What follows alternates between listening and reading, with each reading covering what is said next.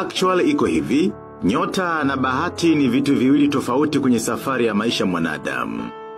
Kupata pesa ni bahati ila kuwa tajiri ni nyota. Najua sijaeleweka hapa. Anyways, namaanisha kuwa unaweza kuwa na pesa na usiwe tajiri. Utajiri ni utamaduni wa kuwa na nidhamu ya pesa. Mhasibu anaweza kutunza billions of money huku yeye akiwa maskini na akasimamia nidhamu ya fedha na kampuni sitetereke huku yeye akilipwa $700,000 kwa mwezi na akisha kulalamika ugumu wa maisha mpaka siku anastaafu. Hii ina maana kuwa kuitunza pesa mpaka kuwa tajiri inahitaji karma ya Mungu. No matter unaingiza pesa kiasi gani. Simaanishi kuwa mtu hawezi kuwa tajiri, hapana.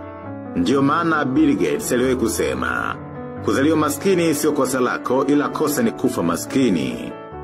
Unaweza kutengenezwa kuwa tajiri na unaweza kutengenezwa kuwa maskini. Kama ambavyo matajiri wanageuzwa kuwa mashetani na maskini kuwa malaika. Ila kumbuka kitu kimoja, huwezi kuwa tajiri kama huna nyota. Hivi ndivyo ilivyo kwenye kila kitu katika maisha ya mwanadamu. Najua bado unastaajabu sana hili nalo lieleza. Huwezi kuwa yoyote kama huna nyota. Lakini unaweza kufanya chochote ukiwa na bahati. Iko hivyo, hebu tazama. Kwa miaka 36 Maalim Seif alikuwa kwenye siasa huko Zanzibar. Miaka yote hiyo alifanya siasa kutafuta urais, lakini Mungu hakumpa nyota ya urais bali Mungu alimpa bahati ya kuwa mwanasiasa bora nyakati zote Zanzibar. Hata aliposhinda kwenye uchaguzi hakupewa ushindi. Hii ni kwa sababu alikuwa na bahati ila alikosa nyota ya urais bwana. Hata alipolazimisha aliisha makamu wa rais tu bwana. Hii ndiyo maana halisi ya nyota na bahati bwashe. Hii ya nyota na bahati katika maisha ya mwanadamu ina maana kubwa sana. Ndiyo maana hata katika uchaguzi wa rais Zanzibar mwaka 1985, yaani kwenye mchakato wa kupata jina la mgombea urais wa CCM, mchuano ulikuwa mkali sana baina ya Seif na rais wa 4 wa visiwa hivyo, Bwana Idris Abdul Wakil, kwamba Wazanzibari wengi walitaka Seif ndiye awe rais wa Zanzibar. Baada ya rais Ali Hassan Mwinyi kupitishwa na halmashauri kuu ya CCM kugombea urais wa Jamhuri ya Muungano wa Tanzania, lakini Mungu akamnyima Seif nyota ya urais na kumpa bahati kisha Idris Abdul Wakil akapewa nyota. Ndiyo maana hakuhangaika hata kuupata urais. Sasa nadhani unanielewa naposema bahati na nyota. Hata kitendo cha Abdul Wakil kupigiwa kura nyingi za hapana, bado alishinda kwa sababu alikuwa na nyota ya urais na Seif alikuwa na bahati ya urais.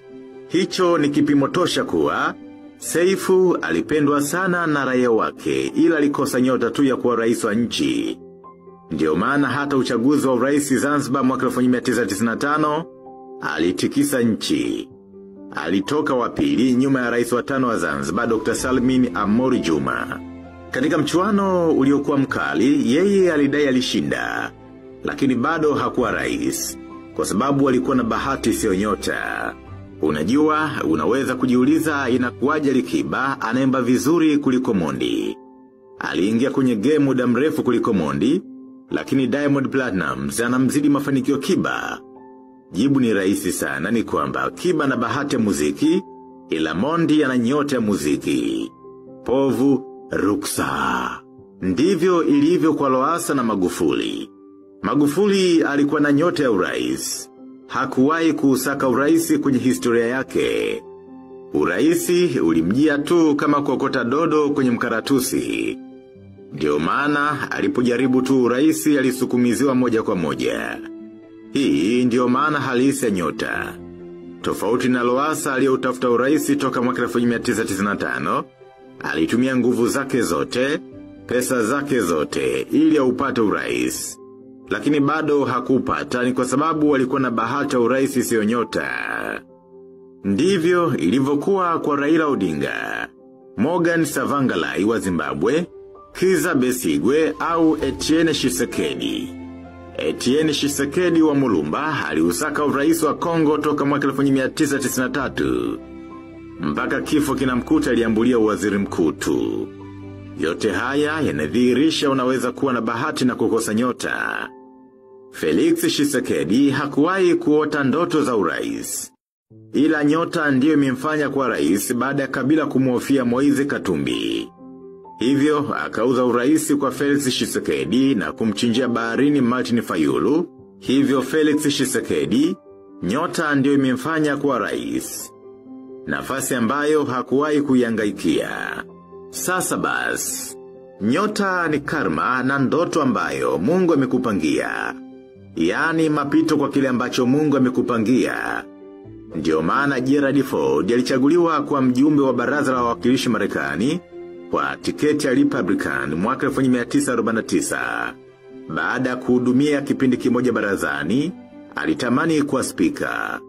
Bahati mbaya, baraza lilikuwa na wawakilishi wengi wa Democrats. Hivyo demokrasi wakawa wanatoa spika kila baada ya miaka miwili. Nataka ni kuoneshe tofauti ya bahati na nyota. Basi bwana, Ford akaanza kuwekeza nguvu kwenye kufanya kampeni za Republican, ili chama hicho kipate wawakilishi wengi. Apate kutimiza azma yake ya kuwa spika. Kila uchaguzi Republican walipigwa na Democrats. Ford akaishia kuwa kiongozi wa upinzani, yani House of Minority. Akaanza kujikatia tamaa. Ilifikia mahala chama chake kumpa fursa kugombea ugavana au seneta aligoma. Akisema ndoto yake ni uspika. Baada ya uchaguzi mwaka 1972, Democrats walishinda tena wawakilishi wengi. Ford akamwambia mkewe Betty, nitajaribu tena mwaka 1974, tukishinda nitakuwa spika miaka miwili na mwaka 1976 nitastaafu. Tukishindwa nitabaki mwakilishi mpaka mwaka 1976, halafu nitastaafu. Ford akaendelea kwa kiongozi wa upinzani. Oktoba 10 mwaka 1973, makamu wa rais Spiro Agnew alijiuzulu kwa kashfa ya rushwa. Rais aliyekuwa madarakani Richard Nixon alikuwa Republican. Bunge la Congress lilitawaliwa na Democrats. Nixon ikabidi afanye mazungumzo na viongozi wa Congress kuhusu uteuzi wa makamu wa rais. Congress wakamwambia hakuna mwingine zaidi ya Ford. Nataka uone utofauti baina ya bahati na nyota. Nixon akamtangaza Ford kwa makamu wa rais na kupitishwa na Congress. Ford akamwambia Betty, nilitamani uspika lakini nimepata cheo kikubwa zaidi ya uspika. Nadhani makamu wa rais ni cheo kikubwa kunitosha kustaafu siasa mwaka 1976. Ila kwa kuwa nyota ni karma na ndoto ambayo Mungu amekupangia. Mwaka 1974, Congress walimkuta Nixon na hatia ya kufanya faulo kwenye uchaguzi wa mwaka 1972, uliomrejesha madarakani kwa muhula wa pili. Faulo za Nixon hujulikana kama kashfa ya Watergate. Hivyo Nixon akang'oka madarakani na makamu wake wa rais Ford akawa rais. Hii ndiyo maana halisi ya msamiati nyota.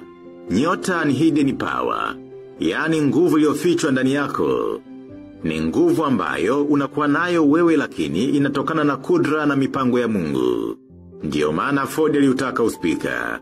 Akapambana miaka mingi na hakupata. Ghafla akawa makamu wa rais kisha rais bila kugombea. Hii ndiyo nyota. Huku Maalim Seif aliutaka urais akapambana miaka mingi na hakupata. Ghafla akawa makamu wa kwanza wa rais. Hii ndiyo bahati bwashehe. Bahati ni jitihada zilizobeba kudra za Mungu. Ndiyo maana unaweza kupambania ndoto yako na usifanikiwe kwa sababu kudra za Mungu kwako ni bahati tu na sio nyota. Sasa nadhani nimeeleweka. Nyota ndiyo iliyomfanya Joe Biden kurejea ikulu ya White House. Alikotumikia miaka 8 akiwa makamu wa rais. Baada ya kuitafuta nafasi hii kwa karibu miaka 36, wakati akilitumikia baraza la seneti la Marekani. Huku bahati aliyokuwa nayo Hillary Clinton ndiyo imemfanya ikulu ya White House ibaki historia kwake, kuihudumu kama rais wa nchi. Unaweza kuwa na ndoto, lakini isitimie kwa kuwa nyota yako haiwezi kukufanya ufanikiwe. Hali kadhalika, unaweza kufanikiwa kwa kuwa una bahati.